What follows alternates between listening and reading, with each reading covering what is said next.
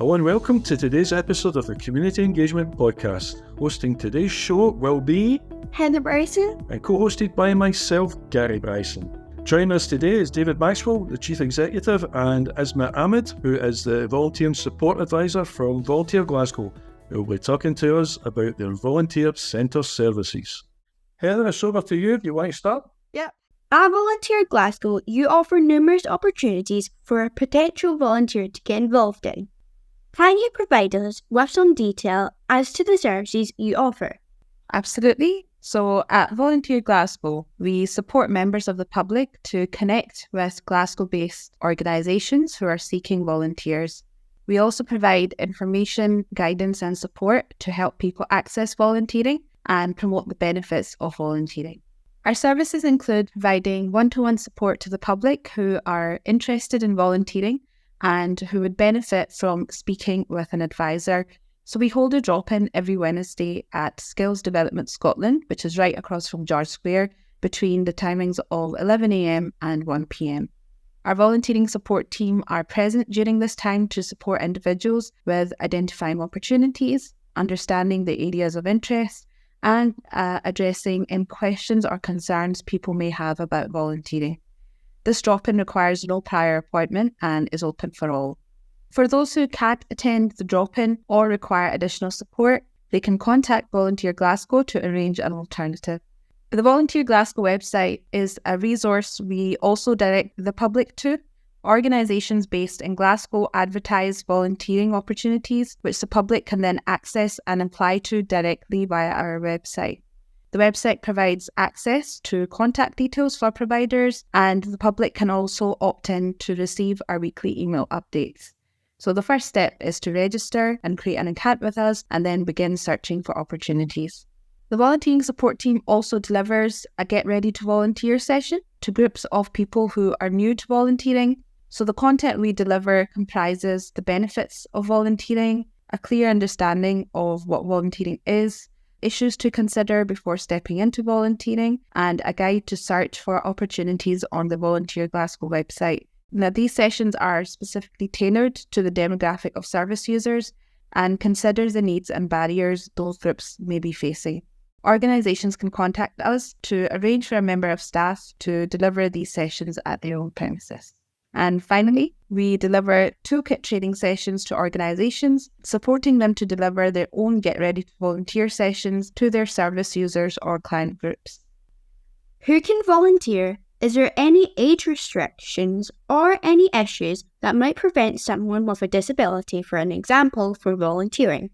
Okay, so yeah, everyone should be able to volunteer, is at least the theory. Everyone should be free to volunteer, but inevitably people will encounter some barriers, some real, some perceived. And part of our job at Volunteer Glasgow is to help people kind of navigate and find the things that they can do and that they want to do. But it's also our job, I guess, to take that experience that we have of helping people to volunteer to tackle some of those barriers. And some of those barriers might be policy issues, UK government type issues, all the way through to just very simple practical things that maybe our organisation isn't able to do, like offer out-of-pocket travel expenses. So part of our job is to help people find the opportunities that they want to do, that they can do, that they might have availability for, but equally kind of get past some of the things that might get in the way of them doing it. So if we're helping someone to find an opportunity, for example, in charity shops and retail, and they want to support a specific charity with that to help them raise funds, but the nearest charity shop is 5 miles away, then we'll look at what the issues might be and try and identify an opportunity that they can do that maybe doesn't throw up issues like not being able to offer travel expenses. Who is your typical volunteer? What are their backgrounds and where do they come from? We support a range of individuals and communities across Glasgow to access volunteering. At Volunteer Glasgow, we are committed to empowering individuals to take up high quality and inclusive opportunities within the organisations and communities that are most in need of their support. We have a particular focus in providing support to underrepresented and marginalised communities to help them access volunteering with an approach that encompasses both inclusivity and diversity. So to ensure these opportunities are available to volunteers, we recently hosted an inclusive volunteering VIO event with partner organisations to help deliver workshops addressing barriers to volunteering and also empowering organisations to become more inclusive in the recruitment process. We currently support communities ranging from but not limited to New Scots, BME communities, disabled communities, young people, asylum seekers and refugees, those who have retired, those who are over 50, among many, many others. Our stats show that between August 22 and September 2023, over 40% of our active volunteers were white, 33% were Asian, and 8.3% identified as African, Caribbean, or from Black communities. A large majority of our service users are female, and the most common age range we have is between 17 and 25, closely followed by 26 to 44 years old. So to answer your question, Heather, we don't really have a typical volunteer. The individuals we work with and those who go on to become volunteers are very much representative of the diversity and vibrant cultures that make up Glasgow. What are the benefits to be gained by an individual who dedicates time to volunteering? So there's lots of different benefits that people can get from volunteering, and sometimes that changes throughout people's lives. So very often, as you kind of sort of experienced, it gives you a huge range of unexpected opportunities to do different things, to learn from those experiences, to develop skills, to get experience. Sometimes it's about putting things on your CV if you're looking to gain employment in the future or at the moment. Sometimes it's about just getting out of the house, being active, being able to meet people, stay connected in your community. It has huge benefits for your mental health as well as your physical health. And I guess people get a huge amount of rewards and satisfaction out of it. Generally speaking, people are, by definition, helping the wider community or having an impact in terms of some of the huge environmental issues that we're all facing at the moment. So there's always a benefit that hopefully people can see from the things that they're doing. And the sense of satisfaction can be amazing. So very often volunteering will sit alongside all the other things that people are doing in their lives, but make a huge difference in terms of people's, I guess, sense of community, their own individual health and well-being. And it's generally, hopefully, in most cases, also a huge amount of fun. Do you have any examples of individuals who have struggled in life for whatever reason and have used volunteering as a means for self-recovery? So many of our service users already bring a breadth of knowledge and skills when reaching out to us. We ensure to highlight this when supporting individuals to identify volunteering opportunities and really encourage individuals to share their existing experience with organisations they'll be volunteering with. Our team has had the opportunity to work with vulnerable individuals and groups to address barriers and to deliver information which encourages uptake of volunteering. We've worked with a range of organisations to establish an informed and positive foundation for individuals to begin their journey. As a result of working with Community Justice and CAB to inform prisoners about the benefits and possible volunteering opportunities, a recently liberated individual was able to attend our volunteer recruitment fair on the 15th of September. Volunteer Glasgow has also supported young people and adults facing mental health issues to take up opportunities. One individual in particular shared a positive outcome as a result of the support provided by an advisor at Volunteer Glasgow, allowing for them to gain experience and further develop their skill set as a prerequisite to entering postgraduate education. In 2019, the Scottish Government introduced the Volunteering for All National Framework. Can you explain what this is and how you've been able to adopt the framework into your own organisation? Yeah, so I guess the Volunteering for All framework is a set of policy ambitions, but it's incredibly positive from the point of view of Volunteer Glasgow, because what it has done is set out 5 national volunteering outcomes that we want, I guess, collectively to achieve, that the Scottish Government has rubber stamped and very much, I guess, put out there as its stated kind of set of ambitions. So it's really positive also because it's based on a huge amount of evidence about what is good about volunteering, the range of things that people get up to, the the huge diversity of people that do volunteer, the huge diversity of the opportunities that people get involved in doing, the roles that they take on to support virtually every aspect of society and the economy. So it's a hugely positive step forward. The challenge for us all and for government is actually making it happen and putting as much, I guess, collective effort and resource and time into achieving those outcomes and maximising those outcomes for the population at large.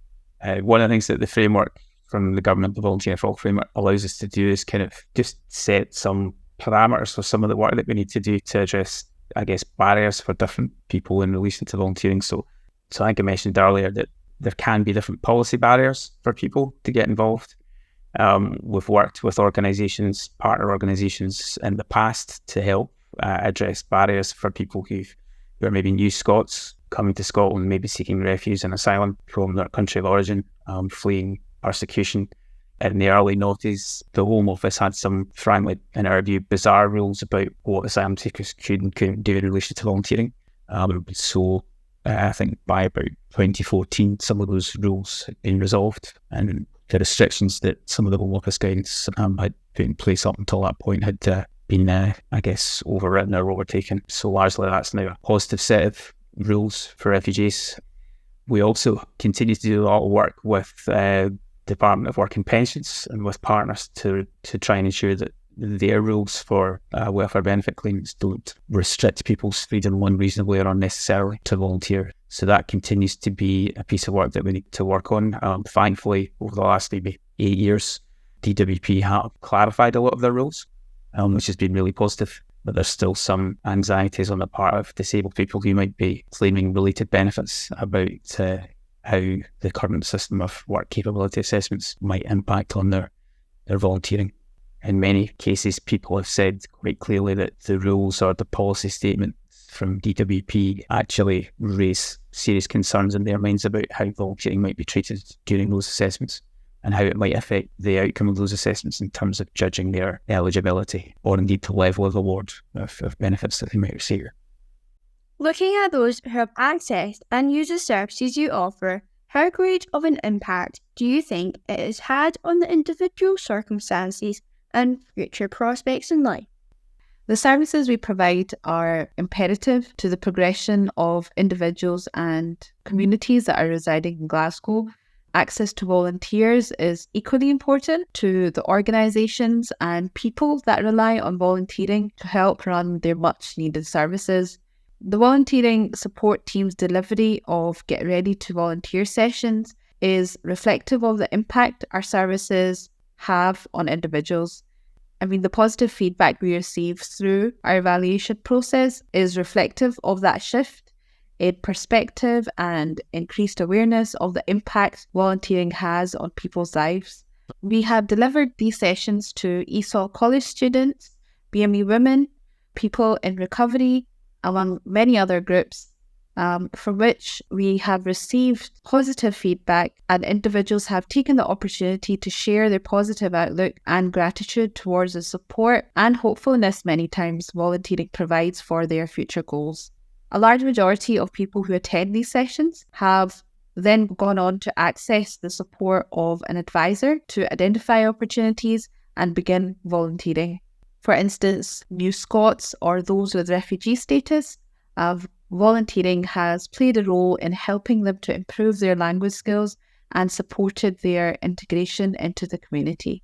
For others, volunteering is essentially a stepping stone, or can be, into employment. In particular, for those who are in need of experience or are currently receiving benefits, volunteering gives them a boost of confidence and creates a safe space to ease themselves into volunteering in support of their progression into employment. So we recently hosted a very successful volunteer recruitment fair on the 15th of September, in which we counted over 660 members of the public who attended. 76% of which said they found or think they found a volunteering role, which is very positive. 87% shared that they were more likely to volunteer, and 86% said that they felt much more confident about volunteering as a result of attending our event.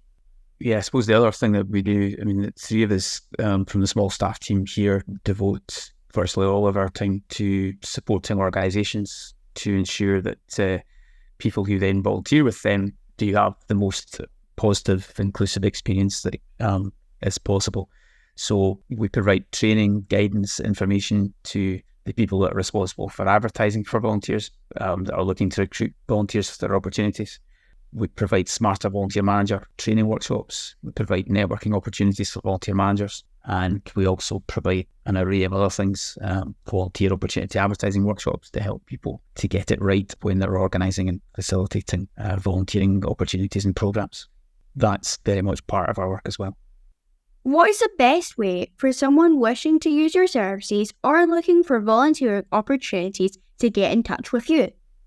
So yeah, people can get in contact with us on the phone during office hours or leave a message outside office hours. That's 0141 226 3431.